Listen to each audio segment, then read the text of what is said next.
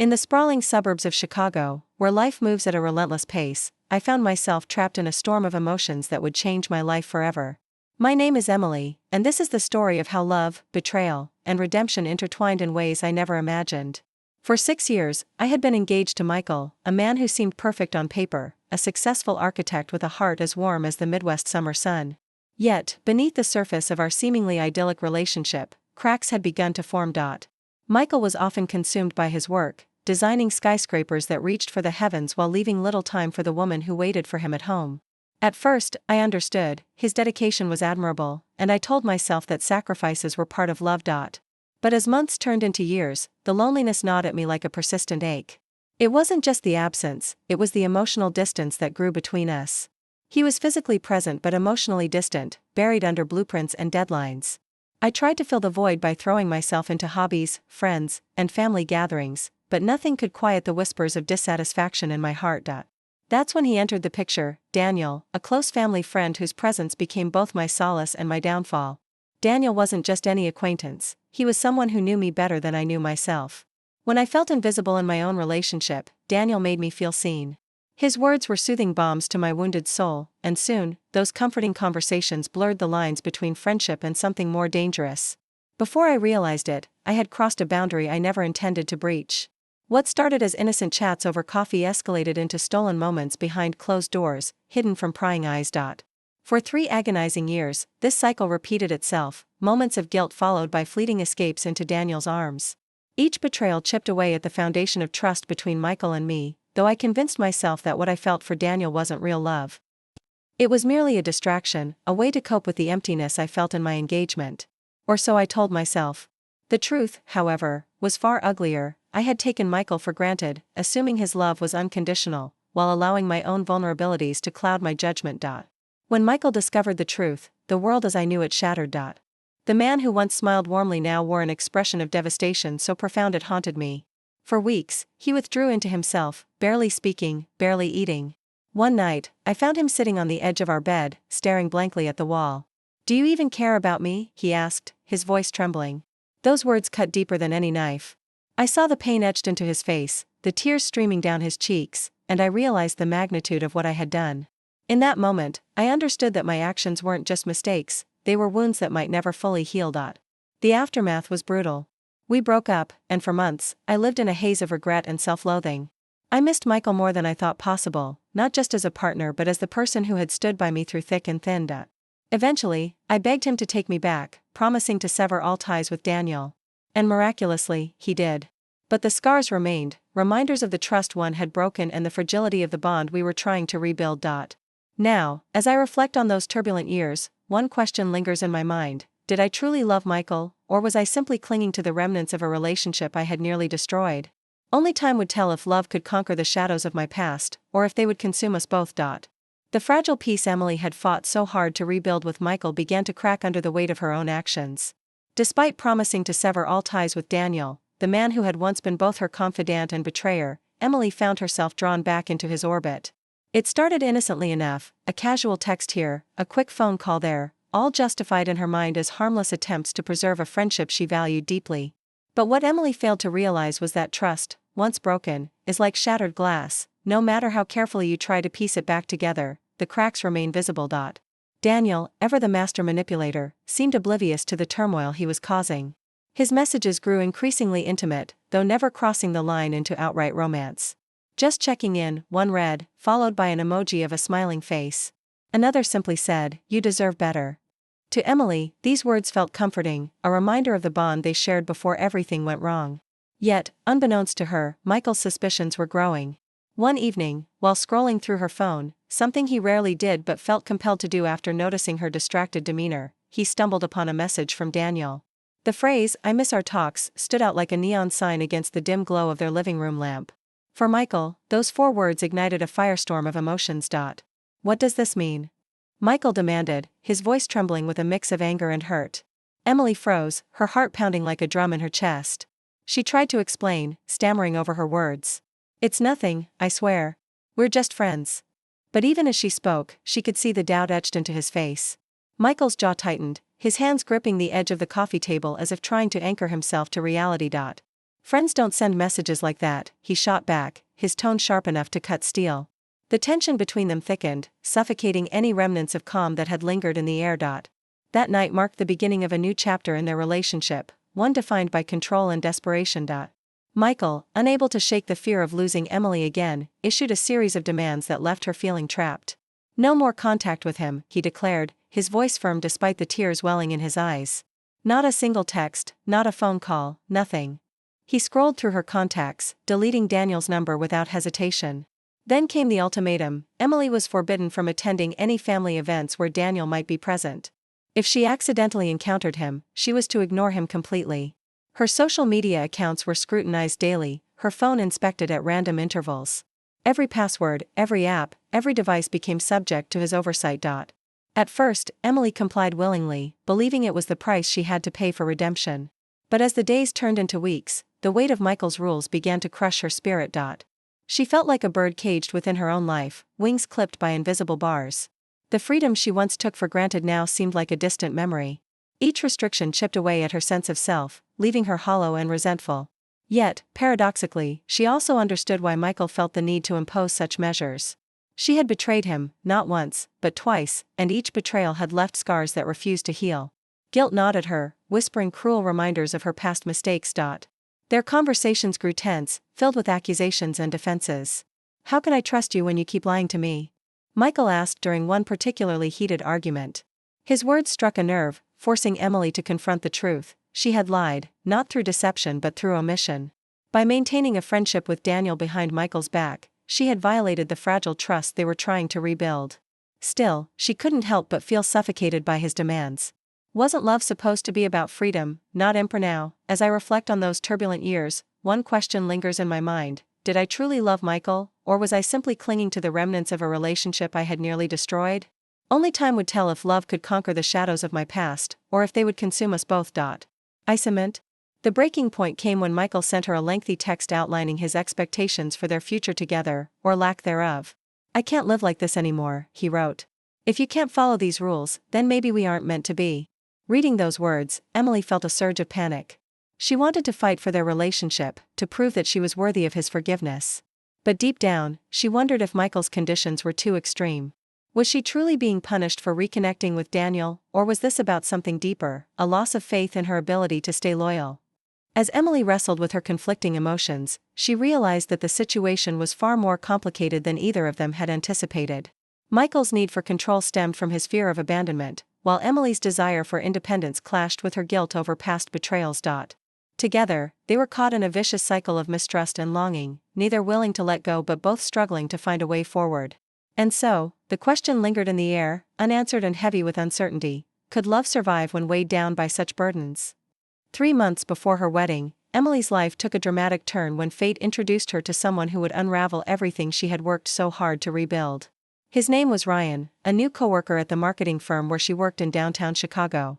From the moment he walked into the office, Ryan commanded attention. Standing at 6 feet 2 inches with piercing blue eyes and an effortless charm, he exuded confidence without arrogance.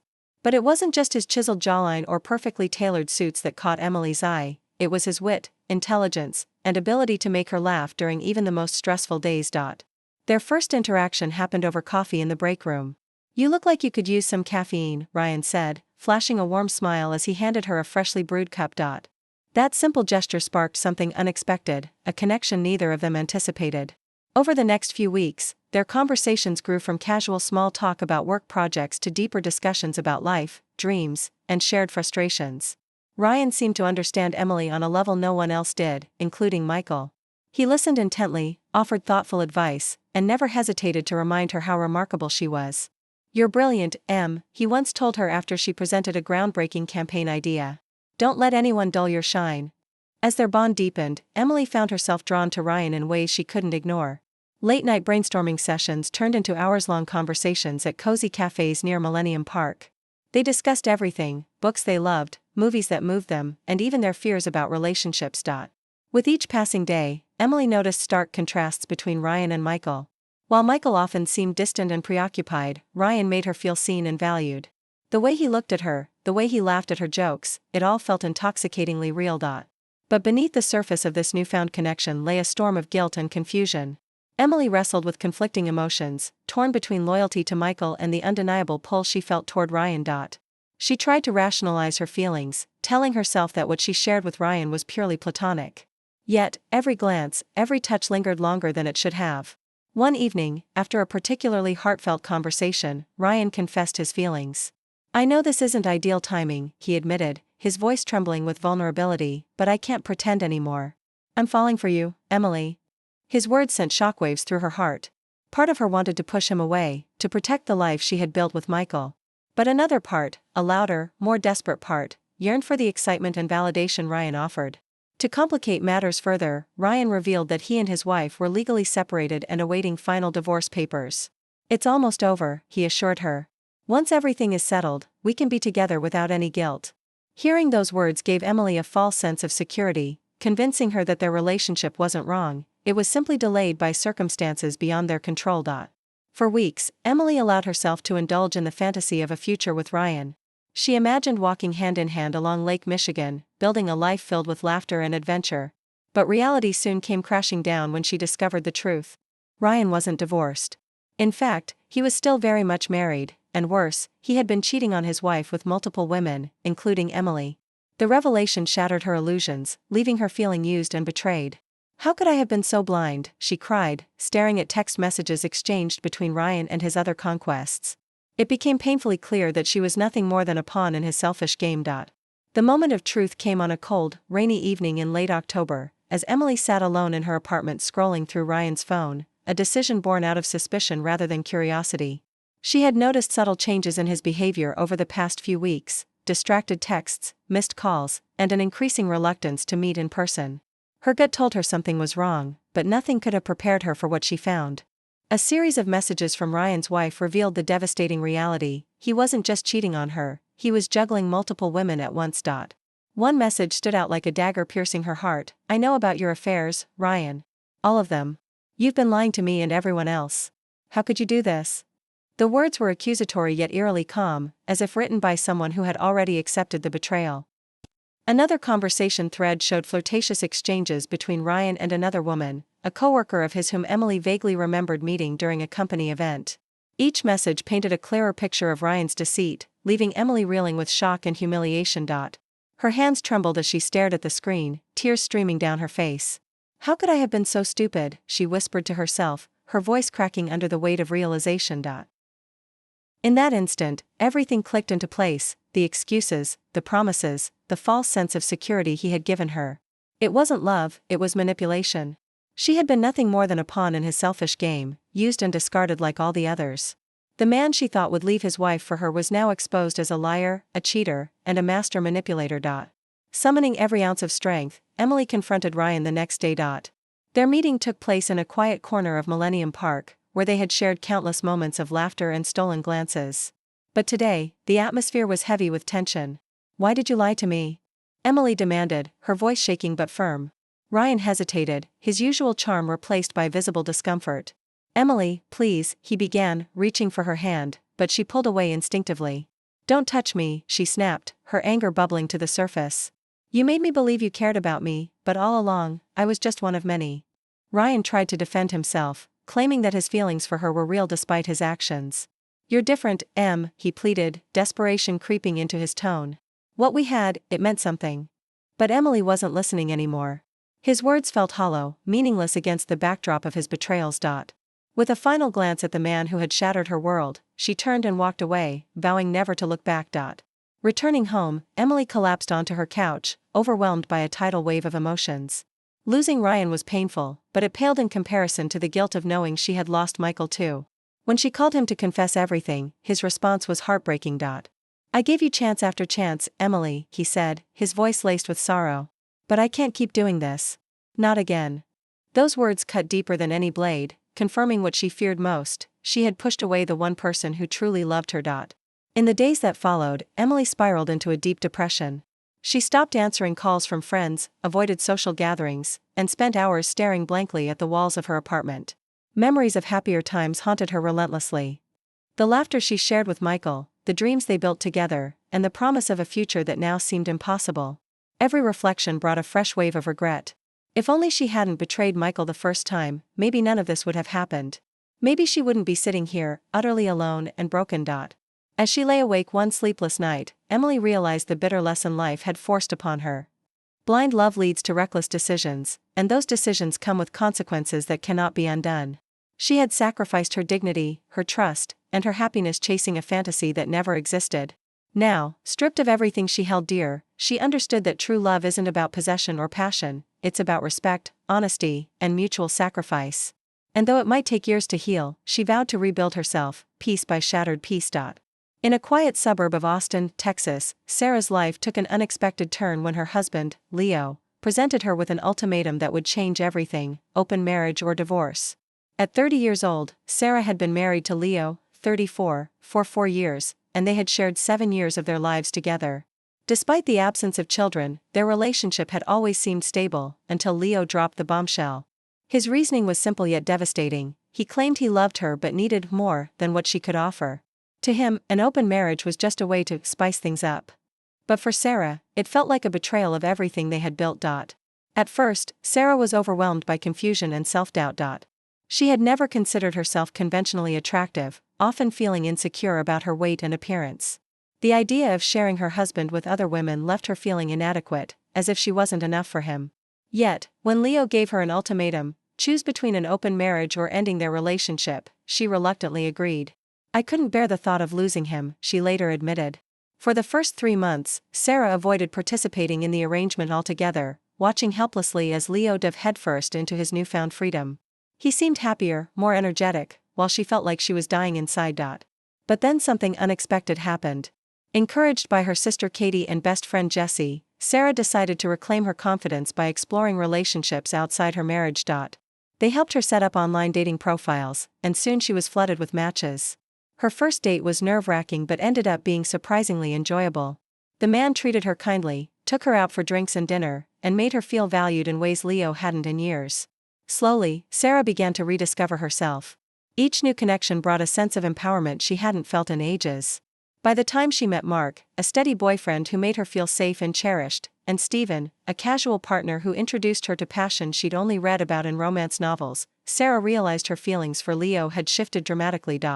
Meanwhile, Leo's behavior grew increasingly contradictory. Initially thrilled by the open marriage, he soon became jealous and controlling when he saw how much joy Sarah found with others. He wanted to have his cake and eat it too, Sarah reflected bitterly. While he pursued younger women who often demanded emotional connections before intimacy, he resented Sarah's growing independence.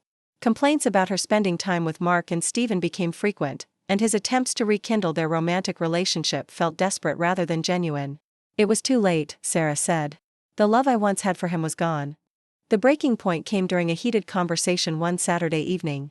Sarah confronted Leo about his hypocrisy, asking why he expected her to remain loyal emotionally while freely pursuing others. Tears streamed down both their faces as they admitted the truth: the marriage was over. Leo confessed that his initial request for an open marriage stemmed from infatuation with a coworker who shared his kinks, something Sarah had never been interested in fulfilling.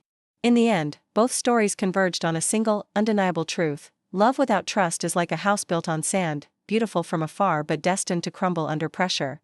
For Emily and Sarah, their journeys through betrayal, heartbreak, and self-discovery revealed the fragility of human relationships. Emily lost her fiancé, Michael, not because she stopped loving him, but because she failed to honor the foundation of their bond: loyalty and honesty. Similarly, Sarah's marriage to Leo unraveled when they both pursued fleeting passions at the expense of mutual respect. The consequences were devastating. Emily realized too late that her infatuation with Ryan was never about love, it was about filling a void within herself. When Ryan's true nature as a manipulative cheater came to light, she understood the cost of chasing temporary thrills over lasting commitments. Likewise, Sarah discovered that an open marriage wasn't the solution to dissatisfaction, it only deepened her loneliness and eroded her connection with Leo. Both women learned that once trust is broken, rebuilding it requires more than apologies, it demands time, effort, and unwavering accountability. But perhaps the most poignant lesson lies in what they sacrificed along the way. Emily gave up Michael, the man who truly loved her, for someone who never intended to stay. Sarah walked away from years of shared memories with Leo, realizing too late that his flaws didn't outweigh the value of their partnership. Their stories remind us that happiness isn't found in reckless pursuits or selfish desires, it's nurtured through respect, sacrifice, and understanding. True love isn't possession, it's choosing to stand by someone even when the world tempts you to leave. So, as these tales draw to a close, one question remains: what are you willing to risk for true happiness? Is it worth losing everything and everyone you've ever cared about for a momentary escape? Or is the real journey about learning to cherish what you have before it slips away?